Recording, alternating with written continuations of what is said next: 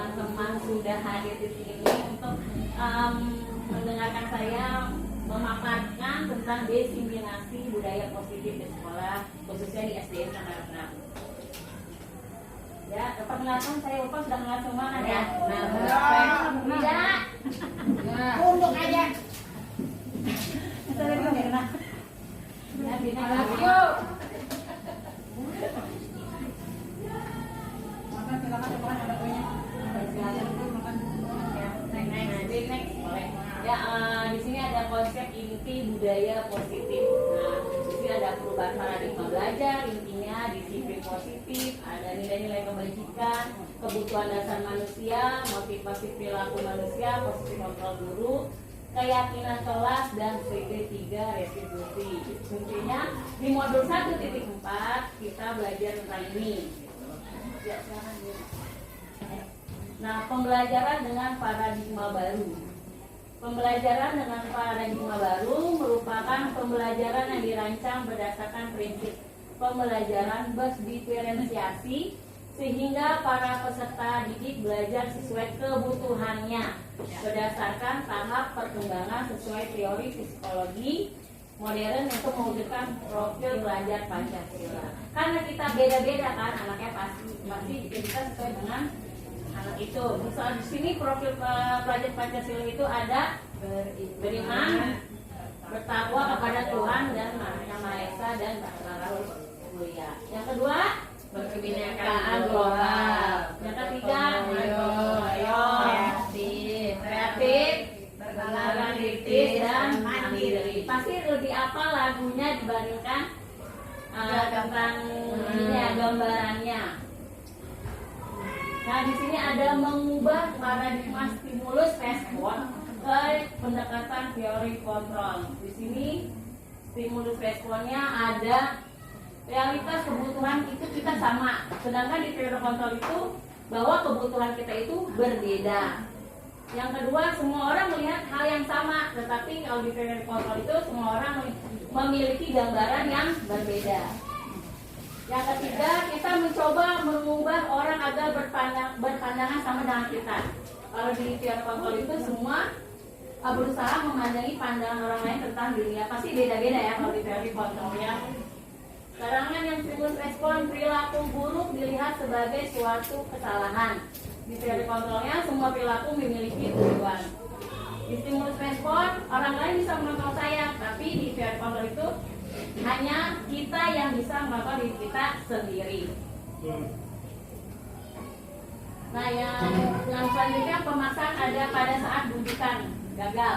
Yang teori kontrol ada kolaborasi dan konsensus menciptakan pilihan-pilihan baru, serta model berpikir menang atau kalah. Kalau teori kontrol itu model berpikir menang atau menang. Selanjutnya, nah di sini ada disiplin positif. Pengertian dari disiplin positif itu mengacu pada disiplin diri yang memiliki tanggung jawab terhadap apa yang dilakukannya berdasarkan nilai-nilai yang diyakini, dan merupakan disiplin positif itu satu cara penerapan disiplin yang bertujuan untuk menumbuhkan kesadaran serta memperdayakan peserta didik tanpa imbalan atau penghargaan, ancaman atau hukuman. Nah, sebagai pendidik, tujuan kita adalah menciptakan peserta didik yang memiliki disiplin diri sehingga mereka berperilaku mengacu kepada nilai-nilai kebajikan universal dan memiliki motivasi intrinsik dalam perubahan perilaku ke arah yang lebih baik. Berarti harus dari dalam diri dan dari sendiri, siswa itu sendiri. Nah, nilai-nilai kebajikan itu adalah nilai yang disepakati bersama, lepas dari suku bangsa, agama, bahasa maupun latar belakangnya. Contohnya di sini ada profil pelajar Pancasila, ada beriman dan bertakwa pada Tuhan Yang Maha Esa dan berakhlak mulia, berkebinekaan global, gotong royong, mandiri, kreatif, bernilai kritis. Sedangkan menurut Ibu Primer itu ada murid itu bahwa memiliki toleransi, rasa hormat, integritas, mandiri, menghargai, antusias, empati, keingintahuan, kreativitas, kerjasama, percaya diri, dan komitmen. Sedangkan keterampilan hidup itu bahwa kita ini dapat dipercaya, lurus hati, pendengar yang aktif, tidak merendahkan orang lain, dan memberikan yang terbaik dari diri kita. Nah, 5 kebutuhan dasar manusia ini ada bertahan hidup. Contohnya apa yang bertahan hidup? Dari pakaian, tempat tinggal, keamanan, dan kesehatan. Kalau ASEAN dan dasar kita 5 itu berarti kita dipedulikan, kita bisa berbagi, kerjasama menjadi bagian dalam kelompok. Penguasaan itu contohnya jadi harga diri, keinginan untuk dianggap. Oh berarti gue pengen jangan nih, berarti ya penguasaan. Itu dari pengertian dari penguasaan, berprestasi diakui dan didengar. Kebebasan itu kita mandiri, memiliki pilihan, mencoba hal baru, mampu mengendalikan arah dirinya. Kesenangan, bermain, humor atau tertawa. Bisa juga apa? Belanja, itu baru kesenangan kan? Makan, ngobrol, shopping. Outland. Ya, motivasi perilaku manusia itu ada dari motivasi ekstrinsik dan intrinsik. Nah, motivasi intrinsik itu menghindari ketidaknyamanan atau hukuman. Nah, itu bisa jadi untuk mendapatkan imbalan atau penghargaan dari orang lain. Kalau motivasi intrinsik itu untuk menjadi orang yang mereka inginkan dan menghargai diri sendiri dengan nilai-nilai yang mereka percaya. Nah, di sini ada hukuman, konsekuensi, dan restitusi. Perbedaannya sebenarnya. Kalau hukuman itu tidak terencana atau tiba-tiba. Yang kedua, murid tidak tahu apa yang akan terjadi atau tidak dilibatkan. Bersikap satu arah, bisa berupa hukuman fisik atau psikiater. Karena hukuman di satu arah kan guru biasa gitu ya, hanya mau bersifat satu arah. Yang kedua, konsekuensi itu terencana, disepakati sesuai peraturan. Yang kedua, murid tetap dibuat tidak nyaman, sikap guru selalu memonitor murid. Kalau restitusi itu proses menciptakan kondisi bagi murid untuk memperbaiki kesalahannya. Proses kolaboratif yang mengajarkan murid untuk mencari solusi sendiri. 5 posisi kontrol guru itu ada guru sebagai penghukum, guru sebagai pembuat merasa bersalah, guru sebagai teman, guru sebagai pemantau, guru sebagai manajer. Dalam 5 posisi kontrol ini yang harus kita pilih sebagai manajer. Pemantau, siapa di sini sebagai pemantau? Guru sebagai pemantau. Pak Menteri. Pak Menteri. Kelima sebagai penghukum, apa merasa bersalah, apa sebagai teman. Mengontrol.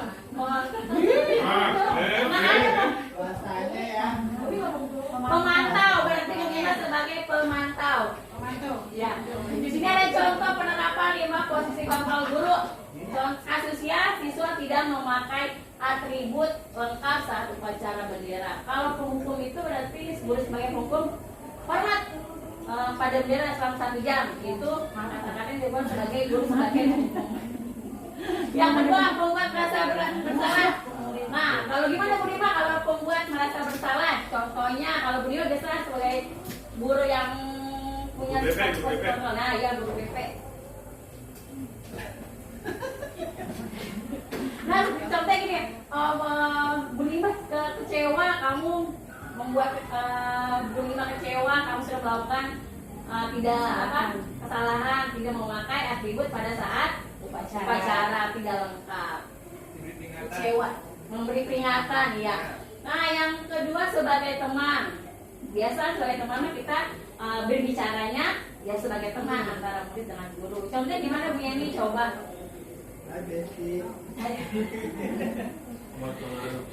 Jangan diulangi lagi ya. Oh, jangan diulangi lagi ya, Besti. Kalau pakai cantik ya? Iya, cantik. Iya.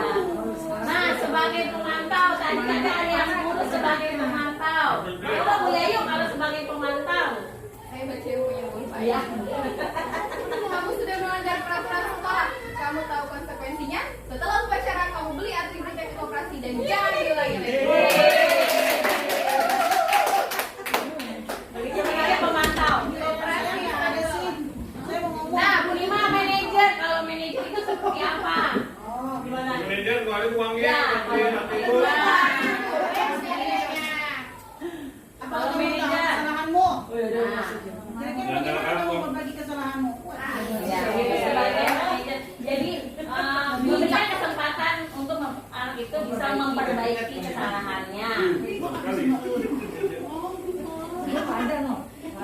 Selanjutnya kita ke keyakinan kelas atau kesepakatan kelas. Mengapa keyakinan kelas bukan pengajuan kelas? Nah, pembentukan keyakinan kelas ini bersifat abstrak, berupa pernyataan universal dibuat dalam pernyataan positif, sedikit saja agar mudah diingat dan sesuai dengan kondisi kelas kita sehingga mudah diterapkan. Dan semua warga kelas dilibatkan saat membuat keyakinan kelas. Nah, selanjutnya ada segitiga restitusi, suatu proses dialog yang dijalankan oleh guru agar dapat menghasilkan murid yang mandiri dan bertanggung jawab. Nah, dalam segitiga restitusi ini ada 3 tahapan. Yang pertama, menstabilkan identitas, memvalidasi tindakan yang salah, 3 menanyakan keyakinan. Seperti kasusnya yang terjadi pada contohnya di kelas Bu Yayu kemarin, saya sudah kemarin menstabilkan identitas, berarti ditanya dulu apakah benar atau salah anak itu berbuat atau tidak, yang mencoret-coret tembok ya. Iya, saya. Oh, Pak Dwi. Terus Pak Dwi, apakah sudah melakukan kegiatan segitiga restitusi ini? Sudah. Alhamdulillah sudah, Bu. Kemarin kita coba ngobrol dengan anaknya. Maju Bapak, Bapak. Ya, berarti Bapak sudah menerapkan proses segitiga restitusi. Contohnya gimana? Berarti situ aja Pak Dwi, nggak apa-apa. Baik, Ibu, saya kemarin ada contoh kasus di kami tentang kenakalan anak. Saya sudah mencoba melakukan salah satunya dari segitiga restitusi ini adalah dengan cara menstabilkan identitas. apa itu kan? Ya. Menstabilkan identitas. Berarti yang Saya coba validasi juga yang maksudnya ke anak, memanggil anak yang bersangkutan. Apakah kamu punya masalah dengan teman kamu sehingga kejadian hal seperti ini? Ternyata setelah saya selidiki tanya menanya dari anak tersebut, ternyata anak tersebut tidak mengalami masalah. Berarti saya harus compare lagi dengan yang lainnya. Kemarin juga dengan ada kaitannya dengan kelas sebelahnya, kelas 4B, saya konsultasi juga dengan berarti menstabilkan identitas. Betul, itu menanyakan masalah itu benar atau tidak, berarti melakukan validasi tindakan yang salah. Terima kasih Pak Dwi. Next.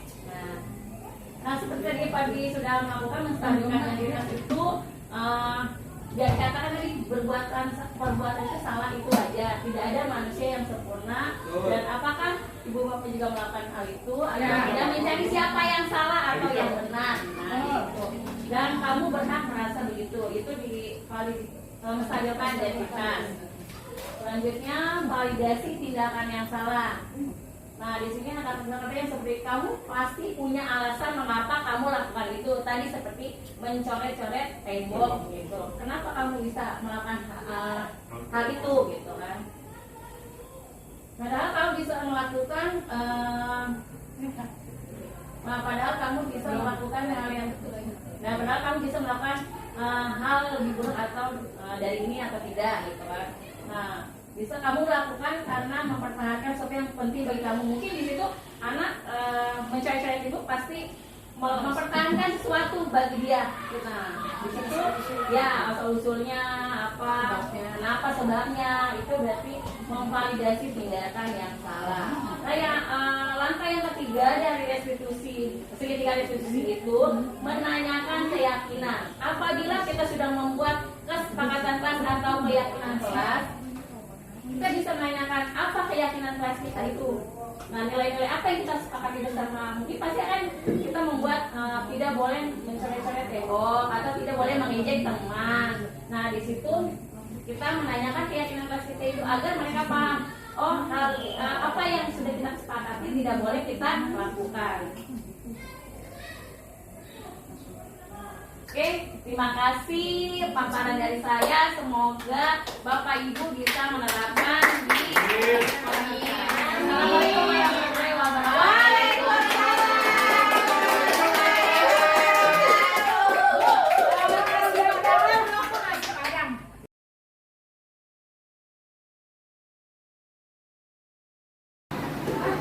Ya, menulis kesepakatan kelas masing-masing siswa.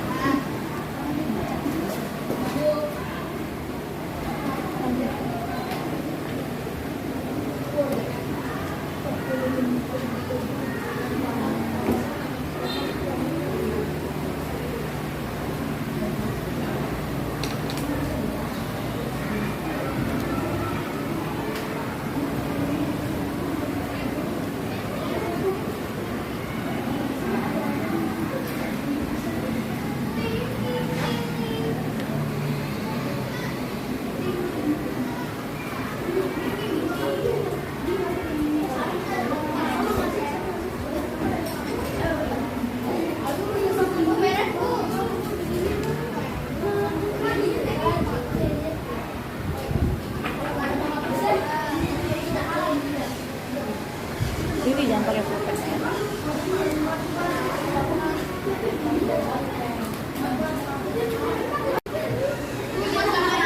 ya. Boleh, bebas. Mau taruh di mana? Ya. Boleh bikin 5 lagi. Yang rapi. Lagi di sini.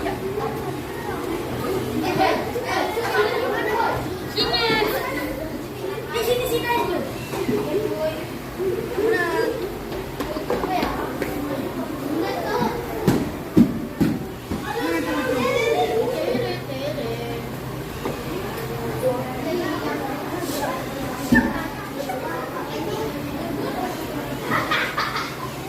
Ayo yang lain, satu-satu, satu orang satu. Ayo yang wanita boleh. Yang laki belum selesai.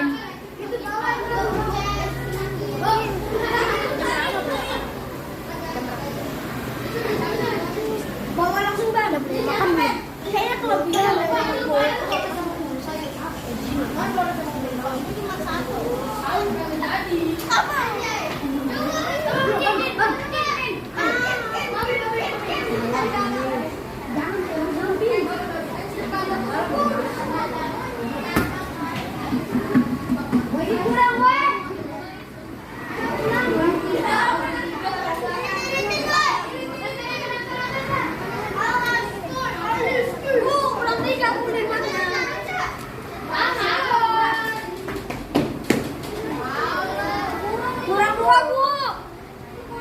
Jangan terlalu panjang atasnya jangan terlalu panjang, atasnya jangan terlalu panjang.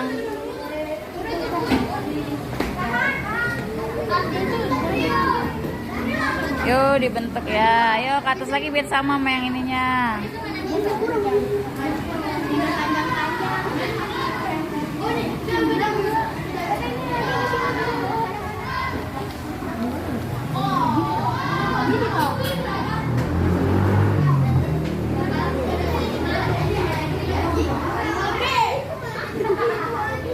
Ayo Riri.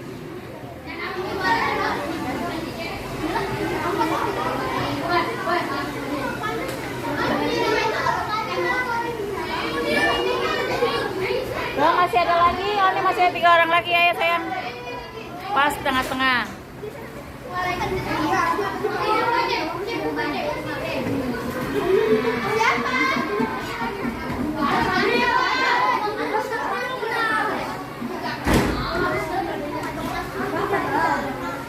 Jangan keluar-keluar, jangan ada yang keluar-keluar.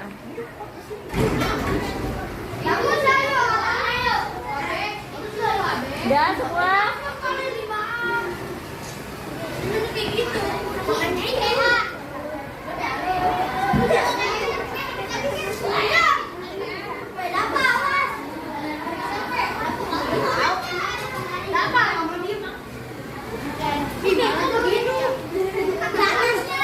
Oke sih, thank you ya. Ini hasil kesepakatan kelas kalian. Nah, kita di mana. Yuk, bagus. Pintar sekali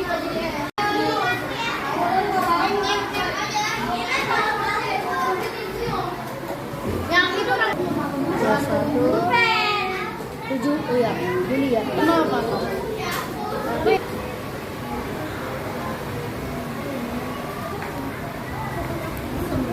Hai guys. Kesepakatan berapa? Tanggal 21. Ada lagi nggak yang kurang kesepakatan kelas kita?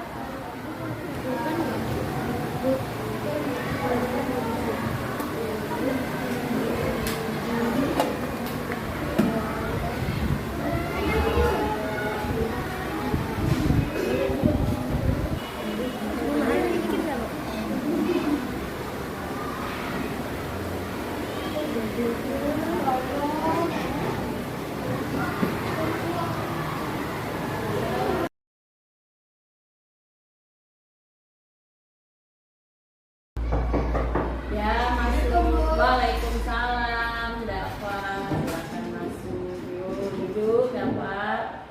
Makasih Bu. Dapat. Bagaimana kabarnya? Baik Bu, alhamdulillah. Dapat. Kamu tahu Bu, kamu ke sini. Nggak tahu Bu. Bulpa dengar kamu kemarin makan pada sajian pelajaran. Apakah benar? Maaf Bu, saya lapar Bu. Saya kesiangan, belum sarapan Bu. Kamu belum sarapan, jadi kamu makan di kelas. Kamu ingat keyakinan kelas kita? Ingat Bu, bahwa kita tidak boleh makan saat jam pelajaran Bu. Oh, Sekali lagi saya minta maaf ya Bu. Oke, berarti kamu tahu keyakinan kelas kita itu apa dan kamu tidak boleh mengulangnya lagi ya. Besok-besok kamu harus bangunnya lebih pagi agar tidak kesiangan dan bisa sarapan terlebih dahulu. Iya Bu. Ya, jangan diulangin lagi ya. Iya, Bu. Ya, sekarang kamu boleh kembali ke kelas ya. Assalamualaikum Bu. Salam, silakan masuk Ibu. Ya, silakan duduk. Bagaimana kabarnya Rio? Alhamdulillah baik Bu. Nah, kamu tahu Bulpa panggil ke sini Rio? Tahu Bu, kemarin saya tidak sengaja mengejek Farel Bu pada saat jam pelajaran Bu. Bahwa pada saat jam pelajaran kamu ini kemarin. Kenapa kamu lakukan itu? Saya tidak sengaja Bu mengejek Farel karena saya suka kalah kalau main game Bu. Oh, gitu. Berarti kami ingat dengan keyakinan kelas kita. Ingat Bu, kita harus saling menghormati Bu. Kalau saya menghormati berarti tidak boleh saling mengejek. Kalau begitu, kalau kamu ingat tentang keyakinan kelas kita bahwa tidak harus saling menghormati dan tidak boleh mengejek teman sesamanya, berarti itu perbuatan yang salah kalau kamu mengejek temannya ya. Oke, kalau itu kamu harus janji kamu tidak boleh mengulangi perbuatan itu lagi ya. Saya minta maaf Bu atas perbuatan saya. Saya janji tidak akan mengulangi lagi Bu. Oke, kalau kamu sudah janji, kamu sudah minta maaf, lupa maafkan. Lain kali tidak boleh mengulanginya lagi. Sekarang boleh kamu kembali ke kelas. Baik Bu. Assalamualaikum warahmatullahi wabarakatuh. Nama saya Rio, kelas 5A.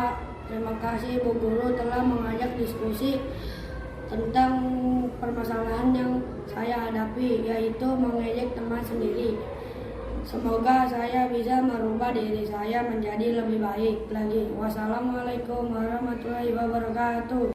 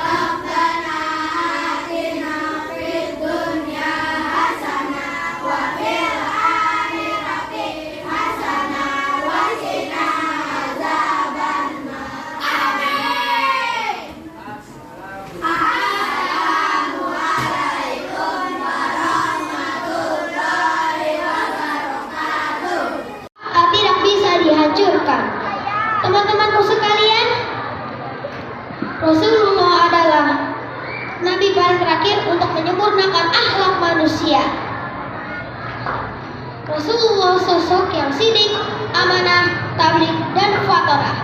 Amanah artinya dapat dipercaya, sidik artinya jujur, tablik artinya menyampaikan, fatonah artinya cerdas. Dalam kegiatan sehari-hari, mari kita teladani sikap Rasulullah SAW yang sidik, tablik, fatonah, dan amanah.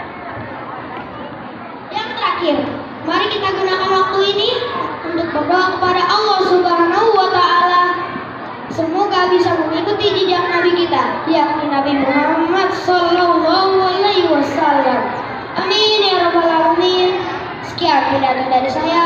Mohon maaf jika ada kekurangan dan kesalahan, karena manusia tidak ada yang sempurna. Terima kasih. Wassalamualaikum warahmatullahi wabarakatuh. Waalaikumsalam warahmatullahi wabarakatuh.